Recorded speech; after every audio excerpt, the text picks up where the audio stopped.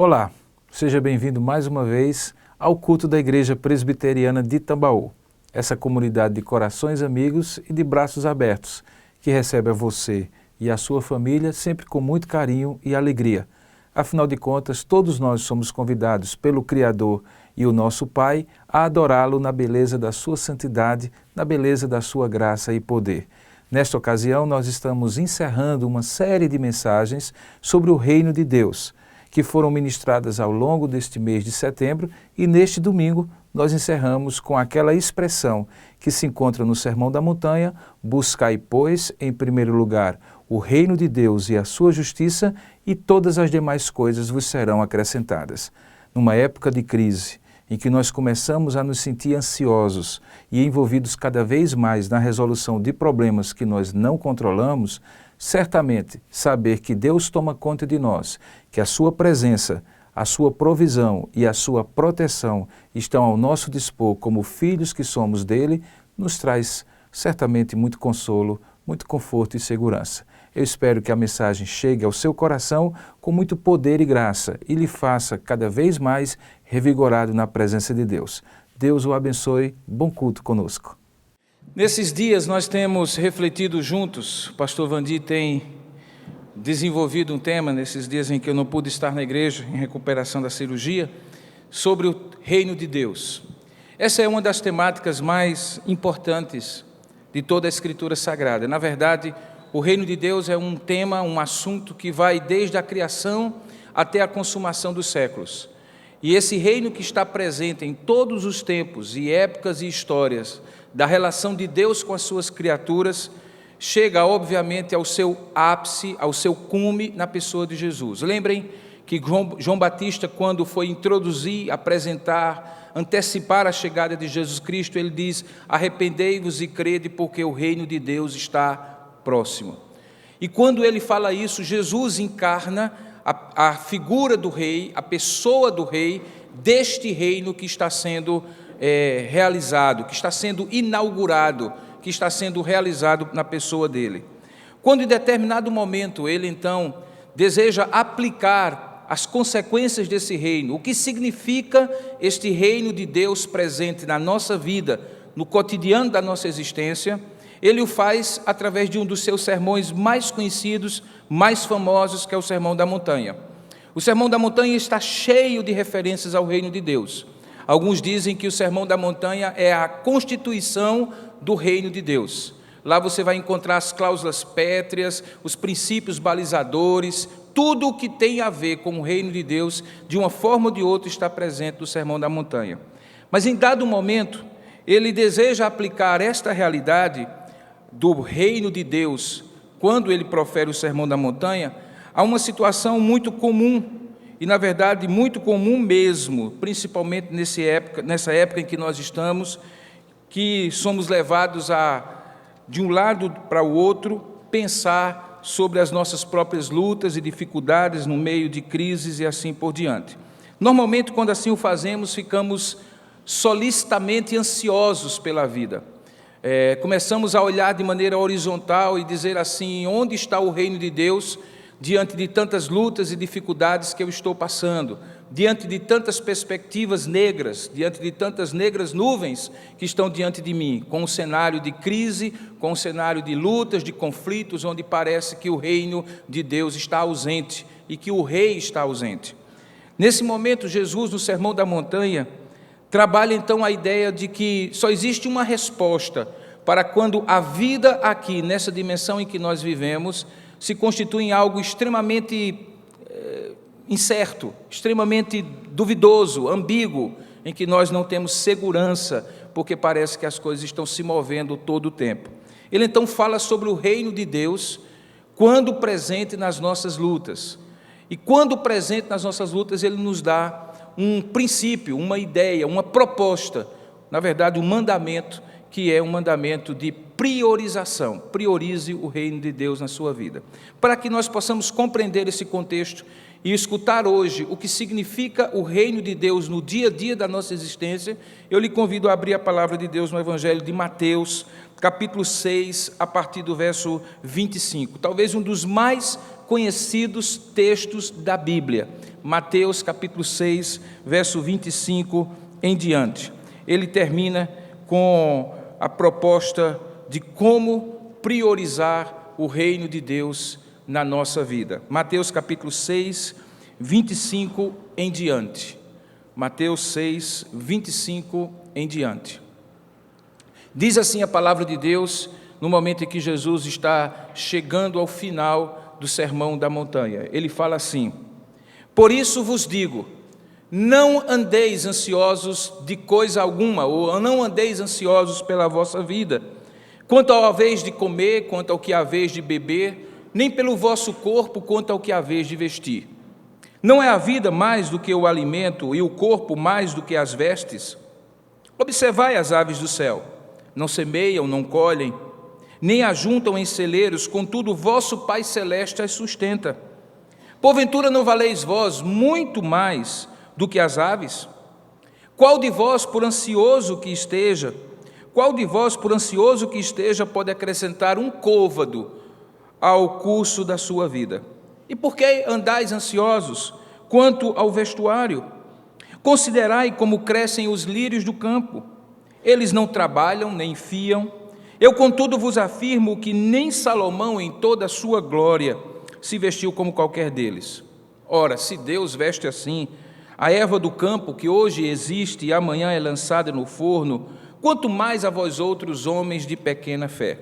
Portanto, não vos inquieteis, dizendo: que comeremos, que beberemos, ou com que nos vestiremos? Porque os gentios é que procuram todas estas coisas, pois o vosso Pai Celeste sabe que necessitais de todas elas. E aí entra o reino de Deus.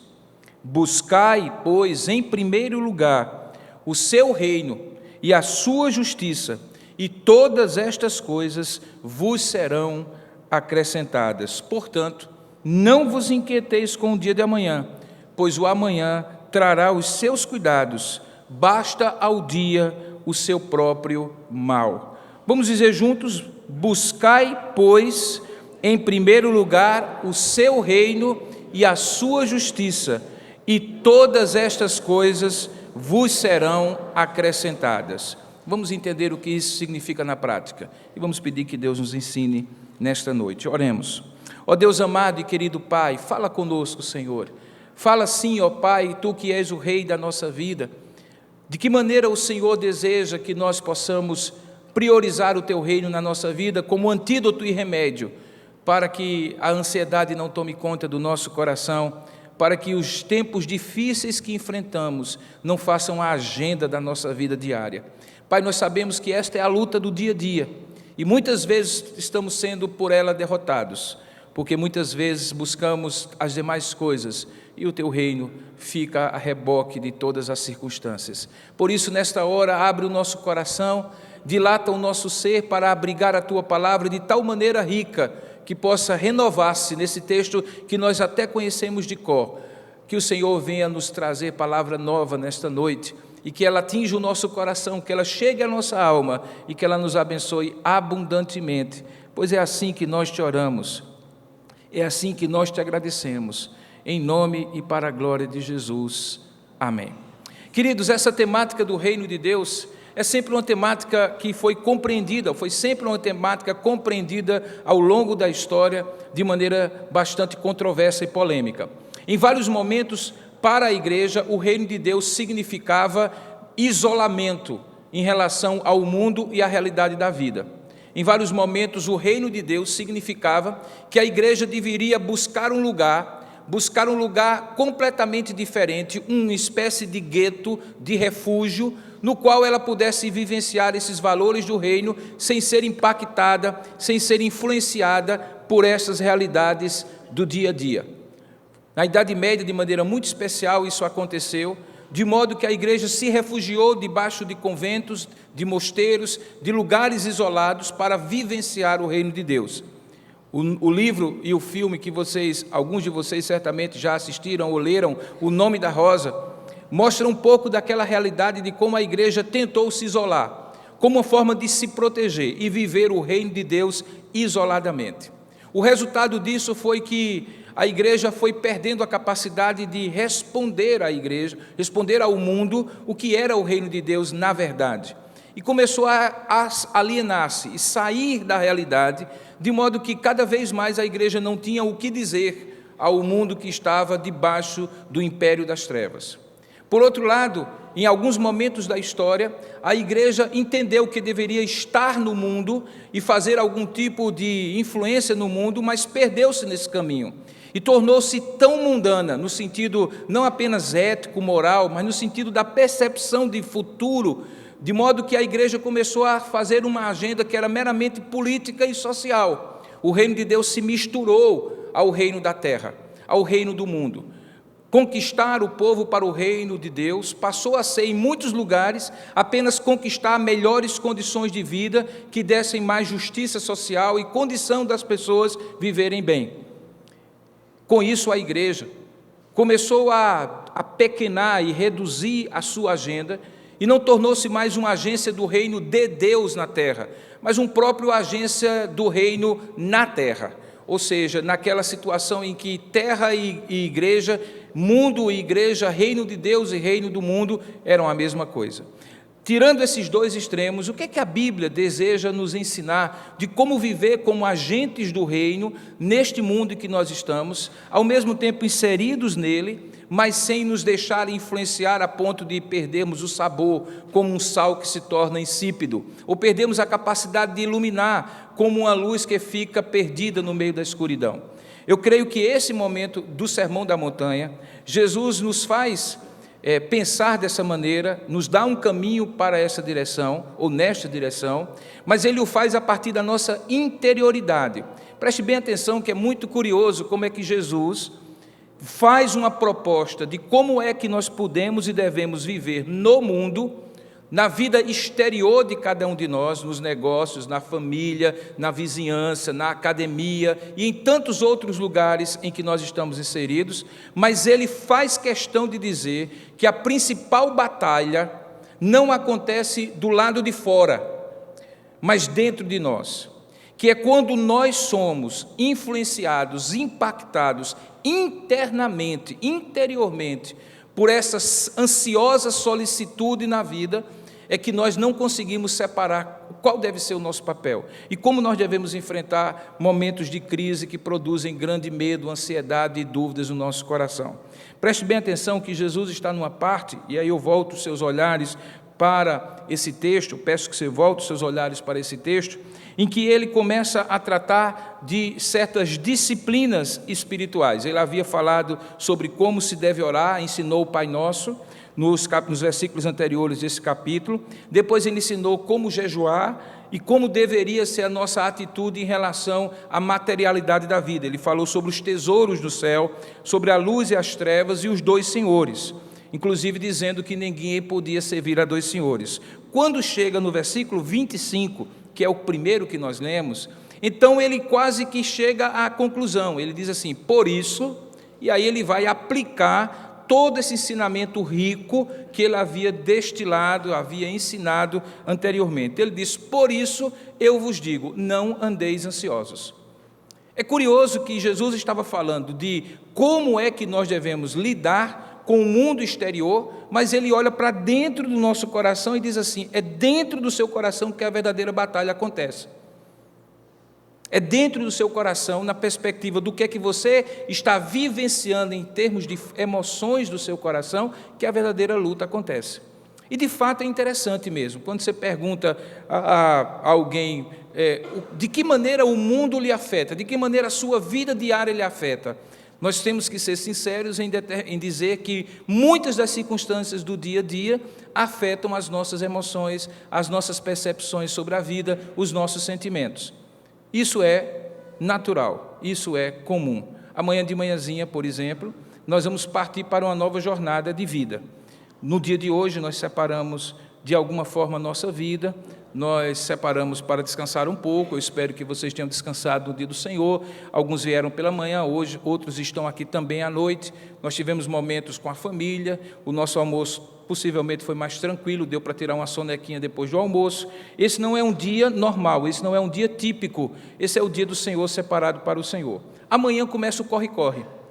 Na verdade, alguns de vocês amanhã acordarão bem cedo, mas bastante cedo, e já estarão com uma lista enorme de coisas que têm que ser feitas amanhã, que têm que ser enfrentadas amanhã. Por mais que você diga assim, eu quero ficar um pouco mais na cama, amanhã não vai dar. Por mais que você diga assim, eu gostaria que esse negócio fosse transferido para uma semana à frente, porque hoje eu não estou em condições, não vai ter como, você vai ter que enfrentar o dia de amanhã. E por isso você sabe que no dia de amanhã você vai ser novamente um campo de batalhas, de emoções completamente diferentes. Você restabeleceu sua comunhão com Deus hoje, você reforçou sua comunhão com Deus, você foi abastecido espiritualmente e amanhã essa comunhão será testada. Se as coisas andarem muito bem, eu espero que andem na sua vida no dia de amanhã, você vai chegar ao final do dia com uma sensação de satisfação. Você dirá assim, consegui, realizei aquilo que eu pensei, fui vitorioso, fui exitoso, ótimo, a sensação final é quase de um brinde. Você vai dizer, ó Deus, que coisa boa, o dia foi maravilhoso, vamos brindar a vida. Mas digamos que não seja um dia de amanhã um dia muito bom, e que você vai enfrentar logo cedo coisas difíceis de aguentar sem se exasperar, sem se tornar ansioso, medroso, temeroso pela vida, com raiva até da vida. Você vai chegar ao final do dia e vai dizer assim, ainda bem que passou, eu espero que amanhã seja melhor. A vida tem a capacidade, as circunstâncias da vida têm a capacidade de modelar, de moldar muitas vezes as nossas emoções. E os efeitos que isso produzem não são necessariamente em gestos externos, mas numa espécie de convulsão emocional interna.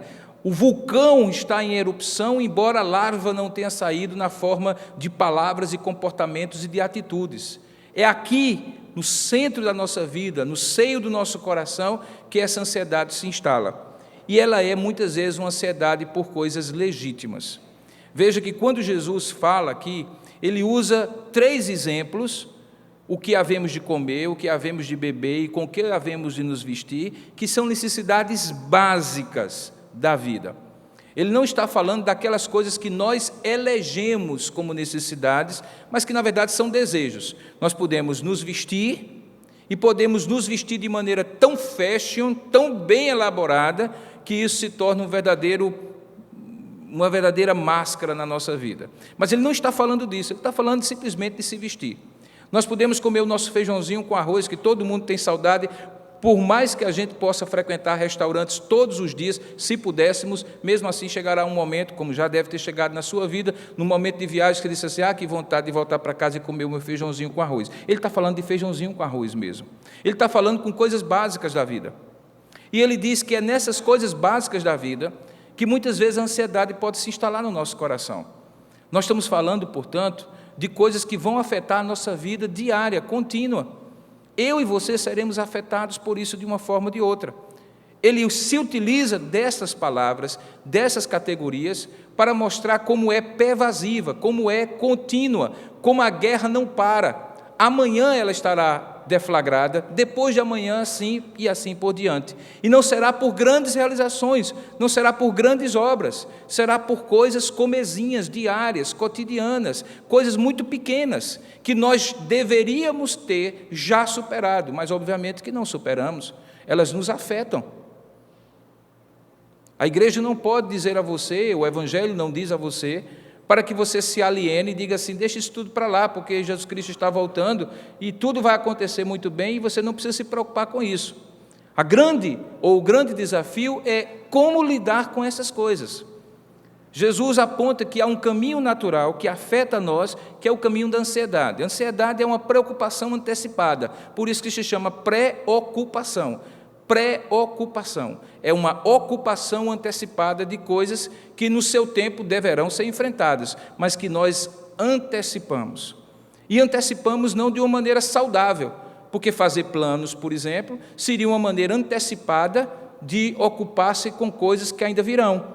O grande problema da ansiedade é que nós fazemos planos ou nos angustiamos sobre coisas que nós não controlamos, e por isso elas nos atemorizam, e por isso elas nos estabilizam. Porque para um pouquinho e pense.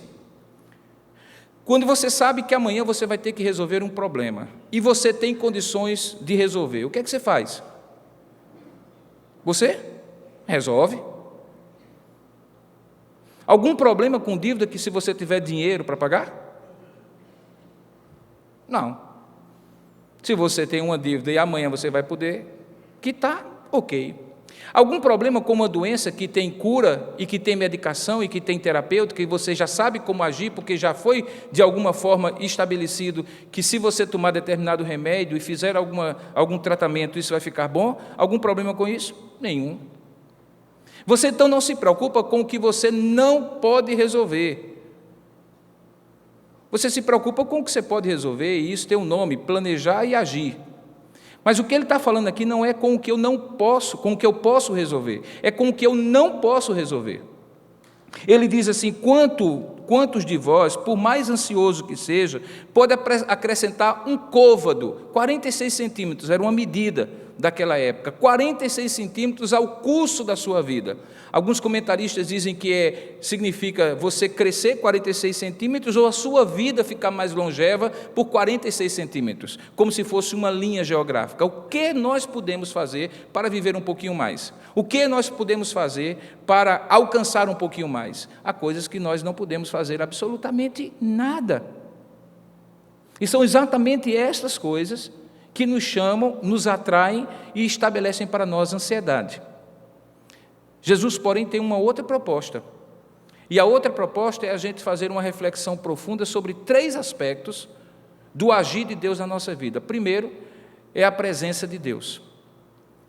Segundo, é a provisão de Deus. E o terceiro é a proteção de Deus. Essas 3 palavras fáceis de decorar, presença, provisão e proteção, estão presentes aqui nesse texto. Primeira realidade é que Deus cuida de nós, e Ele cuida de nós se envolvendo conosco. Amanhã de manhãzinha, quando nós acordarmos, Ele estará conosco tanto quanto Ele está aqui nessa noite. Ele não está restrito aqui, Ele, diferentemente de uma pessoa que tem lugar para habitar, o nosso Deus não habita em templos humanos, Ele está no dia a dia da nossa existência. Amanhã no consultório, amanhã no escritório, amanhã no trânsito, amanhã na vizinhança, amanhã no condomínio, amanhã no trabalho, amanhã na faculdade, Deus estará conosco todos os dias até a consumação dos séculos. A presença dEle garante alguém especial para nos fazer lidar com as demandas da vida. Isso faz uma diferença. Ele é um Deus que se envolve. O exemplo que Ele dá dos lírios do campo e das aves dos céus tem essas 3 conotações muito claras. Deus não é um Deus deísta, isolado da sua criação, que criou, deu corda e deixa. Deus não nos cria como cria batatas. Lembra que esse é um ditado que se diz quando alguém é descuidado acerca de alguma outra coisa, diz assim, está fazendo como Deus que cuida, assim cuida como cuida de batatas, porque batatas é uma criação ou uma plantação que não exige muitos cuidados diários, contínuos. Ela é robusta, ela é rústica, ela consegue viver sem muitos aparados. Mas o nosso Deus não nos cuida como se criasse batatas. O nosso Deus cuida de nós se envolvendo conosco, presente em nós. Ele é um Deus imanente na criação. Ele não se confunde com a criação, mas Ele está presente na criação. Ele está presente na minha vida. Quando Jesus quis deixar uma promessa de como seria a habitação do Rei, essa nova realidade do reino na nossa vida, Ele disse assim, o Espírito de Deus estará convosco e estará em vós, e vos fará lembrar de todas as coisas que eu vos tenho ensinado. Ele, portanto, é um Deus que não apenas está presente na nossa vida, mas está dentro da nossa existência. Ele é um Deus de presença. Mas Ele também é um Deus de provisão, e está novamente aqui posto. Ele faz uma pergunta retórica, ora, se vós valeis mais do que as aves dos céus e os lírios do campo, e o meu Pai cuida delas, sem que elas precisem fiar, sem que elas precisem plantar, sem que elas precisem trabalhar, Deus cuida dos lírios do campo e das aves do céu, quanto mais vós, homens de pequena fé. Deus então é um Deus que cuida. Deus é o Deus que provê. Ele certamente está interessado nas pequenas coisas da nossa vida que dizem respeito à nossa sobrevivência. O salmista já tinha posto isso no passado, quando disse assim: eu fui moço, agora sou velho, mas jamais vi o justo padecer necessidade, nem a sua descendência mendigar o pão. Ele é um Deus de provisão, irmãos.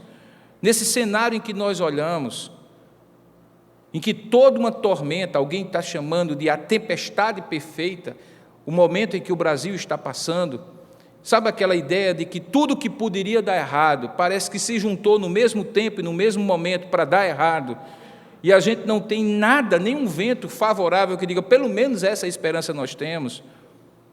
Nesse momento de tempestade perfeita, é o momento em que Deus mais cuida do seu povo. É o momento que Deus mais cuida do seu povo, porque é o momento em que seu povo está mais vulnerável a só sobrar, a naufragar, no mesmo discurso pessimista, incrédulo, medroso, que todos estão com ele na boca e no pensamento. É muito mais fácil, queridos irmãos, no dia de amanhã, a gente na fila de um banco, se os bancos estiverem abertos, né? De repente dizermos assim: a coisa está brava mesmo, alguém fala perto de nós, e aí você vai na mesma vibe, como diz os jovens, e aí começa, realmente está difícil por isso, está difícil por aquilo outro e tal, parece que o discurso já está pronto na boca. É muito mais fácil. Um espírito de pessimismo, uma atitude negativa, é muito mais facilmente compartilhada e assimilada por nós. Mas ao longo da história, todas as vezes que as coisas se afundilaram, e o povo parou para dizer assim: para onde eu olho? Olho para os montes, de onde me virá o socorro? Ele ouviu, o povo de Deus ouviu a voz de Deus dizendo assim: o meu socorro vem do Senhor que fez os céus e a terra. Para além das nuvens, para além das montanhas, para além do horizonte, Deus está cuidando de nós, Deus nos provê a necessidade. É isso que ele diz. O que é a vez de comer, o que é a vez de beber, o que é a vez de vestir, sou eu que tomo conta. Significa que você vai trabalhar como se tudo dependesse de você, que você vai estudar como se tudo dependesse de você, que você vai acordar mais cedo para poder antecipar-se a todas as demandas, que você vai planejar todas as coisas, ser cuidadoso, ser prudente, não ser pródigo, ser previdente em todas as coisas, mas confiar acima de todas essas atitudes práticas que você tomar, que quem cuida de você e protege você, melhor, provê as suas necessidades, é Deus.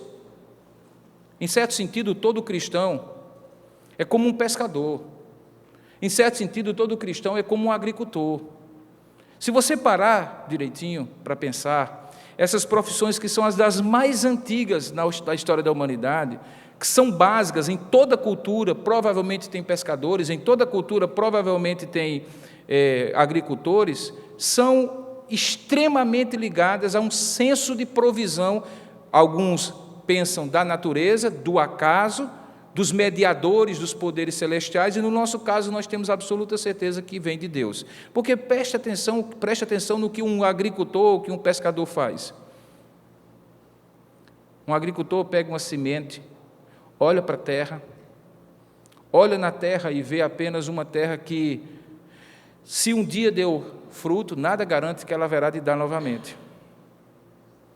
Esse agricultor cava a terra, revolve a terra, prepara a terra com o melhor de suas capacidades e joga lá uma semente. Ele cobra aquela semente e não vai mais ver o que aquela semente vai produzir. Ele espera alguns dias, talvez algumas semanas, talvez alguns meses, e aí ele começa a descobrir que aquela semente vingou ou não. Ele não está vendo, ele não tem poder de abanar a semente para a semente florescer, ele não tem poder de, vamos sementinha, vamos sementinha, a sementinha florescer, frutificar, produzir planta. Ele simplesmente confia que ele fez aquilo que lhe cabia fazer, que era colocar a semente na terra. E ele confia. Ele confia. O pescador sai a pescar, por mais que ele conheça o mar, por mais que ele saiba os caminhos onde os cardumes estão, ele olha e não vê, ele joga a rede ou joga o anzol. Por melhores que sejam as técnicas,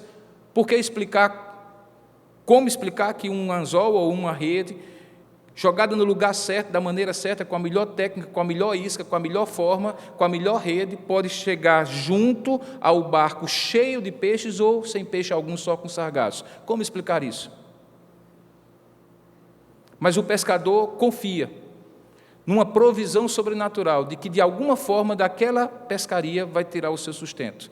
Em certo sentido, confiar na provisão de Deus, irmãos, é jogar a rede, é jogar a semente, e dizer assim: Senhor, és Tu mesmo, e só Tu mesmo, que podes fazer essa semente brotar, que pode essa rede chegar junto de nós, cheia de peixes. Nos momentos de crise, nós precisamos confiar na provisão de Deus. Porque haverá um momento em que nós não poderemos fazer nada, a não ser jogar a rede ou jogar a semente. Se ficarmos ansiosos, olhando toda hora por aquela rede ou por aquela semente, nós estaremos envolvidos num ato que parece uma grande contradição e que a Bíblia chama aqui de pequena fé. É uma fé raquítica que não consegue confiar na provisão de Deus. Deus provê para o seu povo. Irmãos, nos momentos mais críticos da história do povo de Deus, em que faltou tudo, Deus veio de maneira sobrenatural e trouxe provisão para o seu povo. Confie nisso. Confie nisso. Deus não é um Deus de abandonar. Ao mesmo tempo, nesse texto também fala do terceiro P, o P da proteção. Ele não somente está presente, ele não somente está provendo das necessidades, mas ele também está protegendo o seu povo. E o que ou de que o povo está sendo protegido?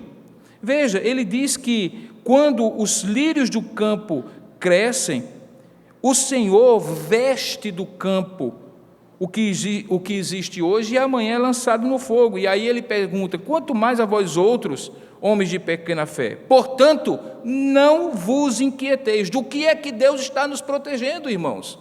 Da nossa própria inquietação natural, que tem um outro nome chamado ansiedade. Nós somos seres tentados a acreditar na proteção de Deus somente quando nós vemos atos concretos, palpáveis e visíveis que Deus está nos protegendo.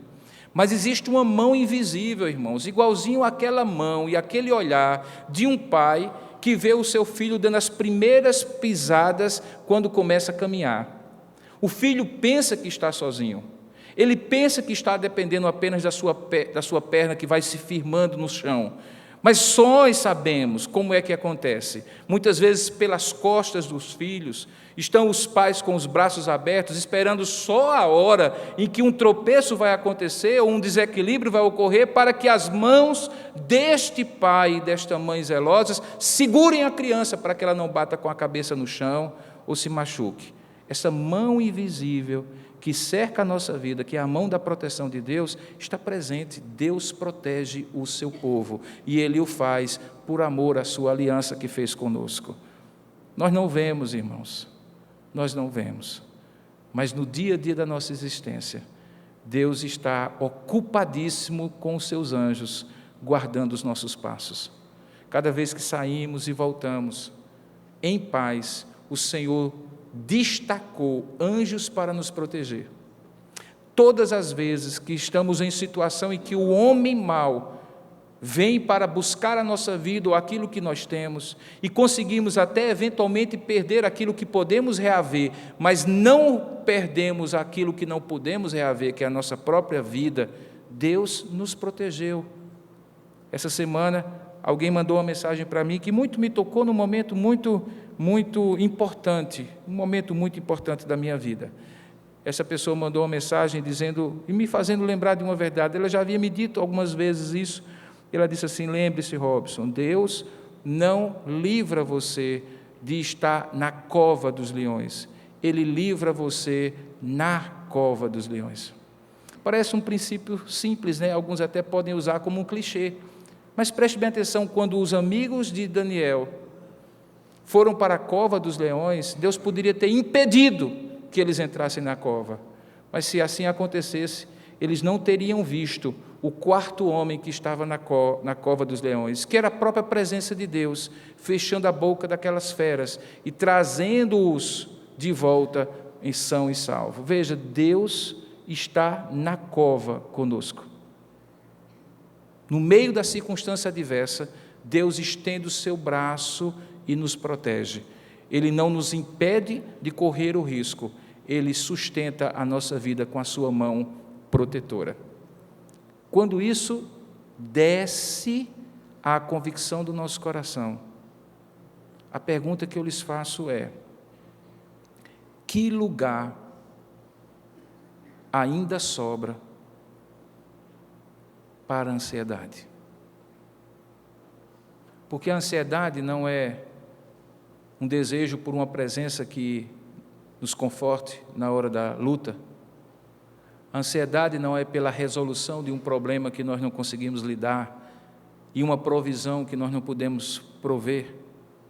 A ansiedade não é pela resolução de um problema, de uma proteção sobre um risco que nós estamos caindo ou que estamos na iminência de cair e que nós não conseguimos evitar. Não é exatamente sobre aquilo que nós não conseguimos fazer que a ansiedade se instala no nosso coração. Então, quando temos a garantia de que Ele sempre estará conosco, de que Ele provê nossa necessidade e de que Ele protege a nossa vida, onde haverá de existir lugar para a ansiedade? Perceba então que a proposta de Jesus é muito simples. Olha, eu não vou resolver os problemas de vocês, e eu não vou impedir que o mundo afete vocês. Eu não vou fazer com que vocês não se preocupem porque as coisas não estão indo bem.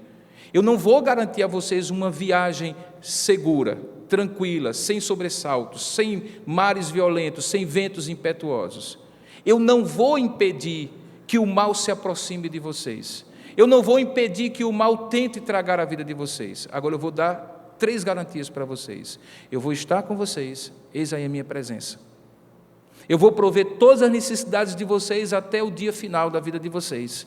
E eu vou proteger vocês de modo que o caminho não será tranquilo, mas a chegada será certa. O porto será seguro. Onde haverá lugar para a ansiedade na nossa vida, se formos lembrados dessas 3 verdades, continuamente? Qual é o instrumento que Deus usa para nos fazer lembrar dessas coisas? É quando Ele nos revela a prioridade que devemos ter na nossa vida. Ele diz: buscai, pois, em primeiro lugar, o reino de Deus e a sua justiça, as demais coisas vos serão acrescentadas. O antídoto e o remédio para a ansiedade é dedicar a vida, primeiramente, a Deus como a razão maior da nossa existência. Ele é o propósito da nossa vida. Cuidemos das coisas de Deus e da relação com Deus. Deus cuidará das nossas coisas. Essa é a proposta de uma aliança. Eu cuido de vocês e vocês se dedicam a mim. Eu cuido de vocês e vocês cuidam das minhas coisas. Então, sem ser uma proposta de alienação, eu chego ao final dessa mensagem dizendo para vocês basicamente o seguinte: em tempos de crise, é tempo de você se consagrar a Deus, de você buscar a Deus mais, de você se preocupar, por incrível que pareça, menos com a crise e mais com a sua comunhão com Deus, de você se dedicar a conhecer esse Deus de maneira mais profunda, mais real, de você propugnar, lutar, batalhar por valores do reino na sua vida. Irmãos, se perdermos tudo, mas mantivermos a confissão da nossa fé intacta, porque continuaremos confiando no mesmo Deus da abundância e da crise, porque Ele é o nosso Deus que está presente, que cuida, provê e protege a nossa vida, nós não teremos perdido nada. Agora, se nós conseguirmos reter todas as coisas e perdermos o caminho da comunhão com Deus, nós teremos perdido tudo. C.S. Lewis tem uma frase que é uma das mais impressionantes que eu conheci, que eu já li na minha vida. Ele diz assim: tudo aquilo que não é eterno é eternamente desprezível, sem valor, sem sentido. Para um pouquinho e pense. Houve dias na sua vida que você disse assim: eu não posso perder essa casa, porque ela é tudo que eu tenho. você perdeu. Mas você continua aqui, vivo e forte, e quem sabe Deus até já lhe deu condição de comprar uma outra. Você disse assim, eu já não posso perder mais isso, e você perdeu, sobreviveu, e está aqui, firme e forte, reconquistando o que pode ser reconquistado. Mas se no meio desse caminho você tivesse perdido a fé e a confiança nesse Deus, o que é que restaria para você? Se não o desespero de ter perdido tudo, e além de tudo que você perdeu, perdeu a razão de existir. No momento de maior crise, irmão, de maior crise, se achega a Deus. Nós não somos capazes de vencer todas as lutas da nossa vida, mas Deus é. Nós não somos capazes de evitar todas as lutas da nossa vida, mas Deus estará presente conosco nelas. Quando Ele diz, buscai, pois, em primeiro lugar o seu reino e a sua justiça, e todas estas coisas vos serão acrescentadas, Ele encerra com o portanto, no verso 34. E o portanto tem a ver com a ansiedade. Então, uma coisa está ligada à outra. Ele não diz assim, eu vou garantir isso, aquilo outro, portanto não fica ansioso. Não, ele diz assim, buscai, pois, em primeiro lugar o reino de Deus e a sua justiça, e todas as coisas vos serão acrescentadas. Portanto, não vos inquieteis com o dia de amanhã, pois o amanhã trará os seus próprios cuidados. Basta a cada dia o seu próprio mal, os seus próprios cuidados, a sua própria dose de trabalho e de envolvimento. Não é muito fácil a gente não ser afetado pela vida, mas a melhor maneira de não ser afetado pela vida é ser afetado pelo reino de Deus na nossa vida. Vivermos uma esfera completamente diferente. Eu sei que você talvez pense assim, pastor, para o senhor é fácil. O senhor vive para Deus, o senhor está 24 horas de alguma forma envolvido com esses valores, com essas crenças, com esses pensamentos. Eu é que tenho que no dia a dia lidar com essas coisas. E eu posso garantir para você, não é. Porque isso não tem a ver com o que você se ocupa, tem a ver com a tendência natural do coração humano de ter controle sobre a vida e de ter certezas para poder confiar. Daí porque ele coloca como oposto à ansiedade, confiança. Eu não estou falando daquela ansiedade por razões biológicas, físico-químicas, processos outros patológicos do próprio corpo, da ausência de determinadas substâncias ou não no nosso corpo. Eu não estou falando disso, eu estou falando daquela ansiedade existencial. Aquela em que o nosso corpo está funcionando bem, mas ele é avassaladoramente atacado por um sentimento de desesperança, de desvalor, de descuidado, porque aparentemente Deus não está interessado em nós. Para esta ansiedade, o remédio, a terapêutica, o antídoto é confiar, mas não na sua própria capacidade. Confiar no cuidado de Deus na sua vida, na presença e na proteção dEle para com você. Os dias que nós teremos pela frente não serão fáceis, já não têm sido, mas Deus está conosco. Tenho dúvida alguma que Deus está conosco. Nos tempos da abundância e da sobra, a nossa tendência natural é nos tornarmos independentes e soberbos e acharmos que tudo está indo tão bem que não temos por que dependermos de Deus. Nos dias da luta, da crise, do sofrimento, nós nos tornamos mais humildes, porque a fragilidade da nossa vida fica mais evidente. E aí a gente só tem alguém para onde correr, e este é Deus. Aceitem, portanto, essa palavra pastoral proferida com muito carinho, porque Deus haverá de dar a você o suprimento e a bênção que você precisa. Ele não lhe deixa abandonado. Curva sua cabeça por um instante. E eu gostaria de convidar você a fazer um gesto simples, mas muito simples mesmo, que você pode fazer na forma de uma oração. É quase como se fosse uma troca, quase como se você dissesse sim à proposta de Jesus. Ele diz assim: vinde a mim, todos vós que estáis cansados e sobrecarregados, e eu vos livrarei. Aprendei de mim, que sou humilde e manso, porque o meu fardo é leve e o meu jugo é suave. Ele propõe uma troca. Coloque nas mãos dele o que você não aguenta levar e receba das mãos dele aquilo que ele garante para você na forma de presença, provisão e proteção.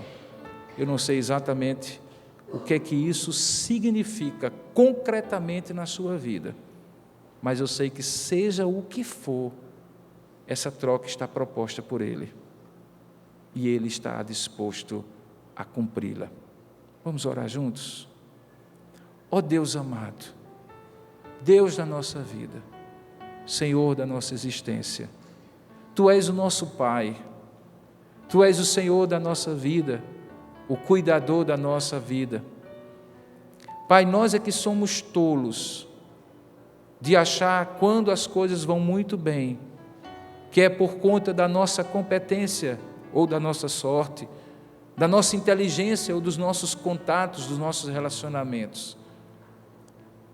Lá no final, achamos que Deus ajudou com um toquezinho, mas sempre colocamos que o braço da nossa força foi quem fez todas as coisas.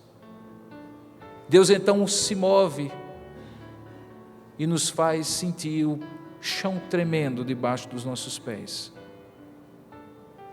para que possamos buscar uma rocha que seja firme, para poder derramar a nossa vida diante de um Deus que pode todas as coisas. Pai, talvez seja essa a situação que se avizinha diante de nós. O chão vai tremer, ou já está tremendo. Não sentiremos força debaixo dos nossos pés. Mas, ó Deus, nós não somos deste reino, nem deste mundo, embora estejamos nele. Temos a Ti como Rei que cuida, nós somos Teus súditos, toda a nossa provisão e proteção, e a presença constante Tua é o que nos garante, Pai, que passaremos, que chegaremos até o outro lado, que conseguiremos com a Tua ajuda e com a Tua bênção, resistir no dia mau e superá-lo com a Tua graça. Vai agora ao encontro de cada pessoa que está aqui, que veio a este lugar para ouvir a Tua voz. Ó Deus, Tu sabes o porquê desta palavra simples sobre confiança no meio da ansiedade e como o Teu reino pode nos fazer ver além da crise. Que cada vida que está aqui fazendo esta troca de jugo, de senhorio, de confiança,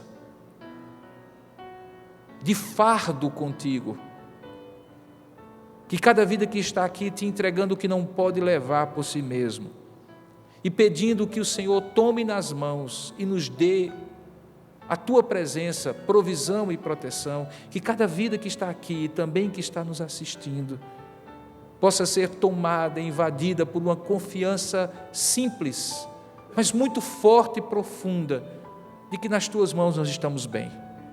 Só basta o Senhor na nossa vida, só basta olhar para Ti como nosso Rei, Rei deste reino do qual fazemos parte, e todas as circunstâncias e todos os impérios da terra não serão capazes de tirar a nossa paz e a nossa confiança em Ti. Ó Deus, faça isso, não pela força de um argumento humano, faça isso, Senhor, pela ação do Teu Espírito em nós, que nos produz fé, confiante em Ti, como fruto do Teu Espírito Santo. Ó Deus, faz isso, Senhor, e nós Te daremos honra, glória e louvor, e quando tivermos passado pela tempestade e vencido a crise, diremos, se não fora o Senhor conosco, há muito nós seríamos destruídos, mas o Senhor esteve, está e estará sempre conosco até o último dia da nossa existência. Glórias sejam dadas a Ti, que és o Senhor da crise e de todas as circunstâncias. Tu és o nosso Deus, Tu és o amparo da nossa alma. Louvado seja o Teu santo nome, em nome de Jesus. Amém, Senhor. Vamos cantar essa verdade e louvar a Deus com este conceito, com esta verdade, com esta convicção presente no nosso coração.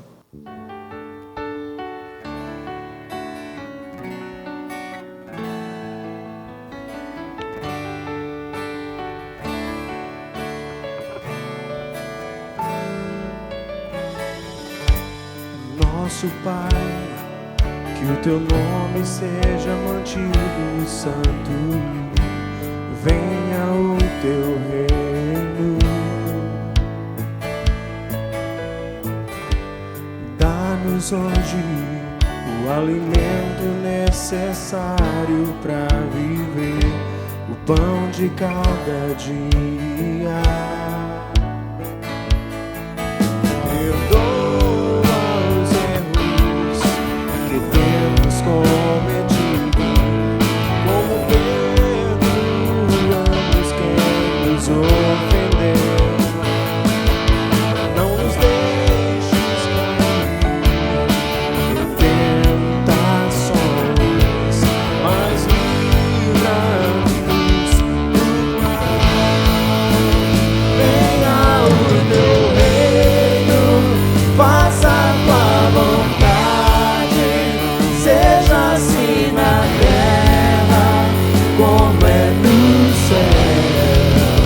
Venha o teu reino, faça a tua vontade, seja assim na terra como é no céu.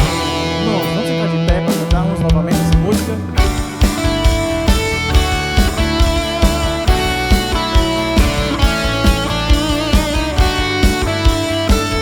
Cantemos todos. Nosso Pai. Nosso Pai, que o teu nome seja mantido santo. Diga, vem, Senhor. Venha o teu reino. Dá-nos hoje o alimento necessário para viver, o pão de cada dia. Perdoa os erros que temos cometido, como perdoamos quem nos ofendeu. Não nos deixes cair em tentações, mas livra-nos do mal. Diga, venha o teu reino, faça a tua vontade, seja assim na terra como é no céu. Venha o teu reino, faça a tua vontade, seja assim na terra como é no céu.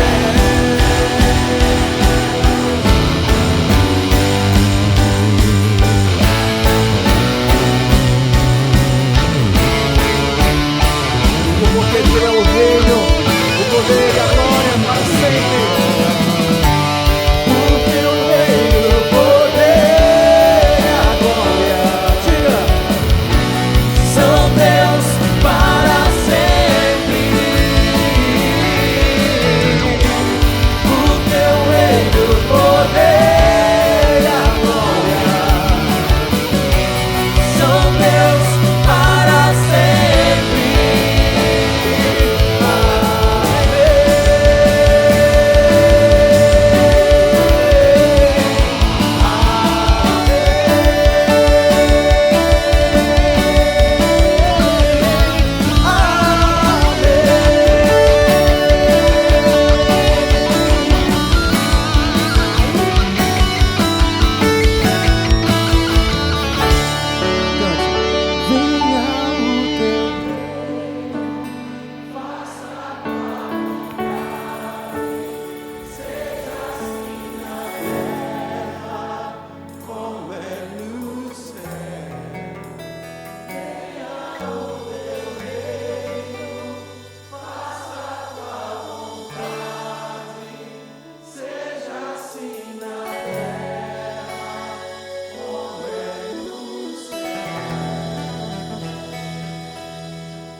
Amém. Podem sentar, irmãos. Olá, espero que você tenha gostado do culto que nós oferecemos a Deus nessa ocasião e que a mensagem de Deus tenha trazido ao seu coração muita paz, conforto e segurança nessas épocas de crise. Espero vê-lo aqui pessoalmente. Eis aqui o nosso convite. Venha, traga sua família, seus amigos, participe conosco. Todos os nossos cultos, informações e eventos estão disponíveis nesses endereços que aparecem na tela. Você também pode acompanhar as atividades da igreja na mídia social que você tem aí também. Em todos os lugares você vai encontrar a Igreja Presbiteriana de Tambaú de braços abertos e com corações amigos para lhe receber. Até a próxima ocasião. Deus abençoe e uma excelente semana para você e aqueles a quem você ama. Muito obrigado. Até a próxima.